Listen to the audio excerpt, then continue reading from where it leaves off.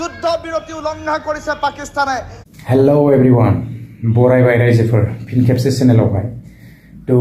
जितु आपडेट्स मिथिखानाय ओरैबायदि माने दावरावाथ' आरो सोलिगासिनो दङ गन्डगल जुद्धआ जोंहा जागासिनो दङ दा बेनि गेजेरावनो जोङो मैयाहाय एसे निउस मोननो हादोंमोन एसे माने जुद्ध बिरति घोषणा बेबायदि ना नाथाय दिनै जुद्ध बिरति घोषणानि उनावबो आरोबाव पाकिस्ताना फिन खेब बेबायदि इन्डियाननि सैनिकफोरखौ ड्रनजोंहाय बेबायदि आक्रमण खालामनायखौ जोङो मिथिनो मोनदों तो रायजोफोर मा बुंबावनो आरोना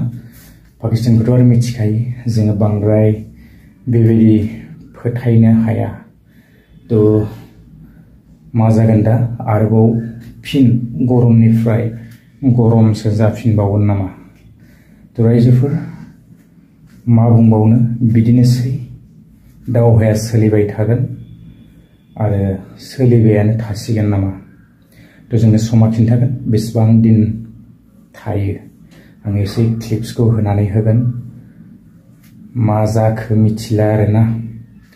तो निश्चय एसे टेनसन जाबाय जानांगौ बिसोरबो गोबांथार गुलि बारुद ना बेरनायनि उनावहाय तो एसे टेनसन जादों जानांगौ आरो एसे मास्टार माइन्ड प्लेनिं खालामदोंमोन बिसोरो जुद्ध बिरति घोषणा खालामनायनि उनाव जोङो एसे थान्दा जायोबा ना तो एसे टार्गेट लागोन बेबायदि आरो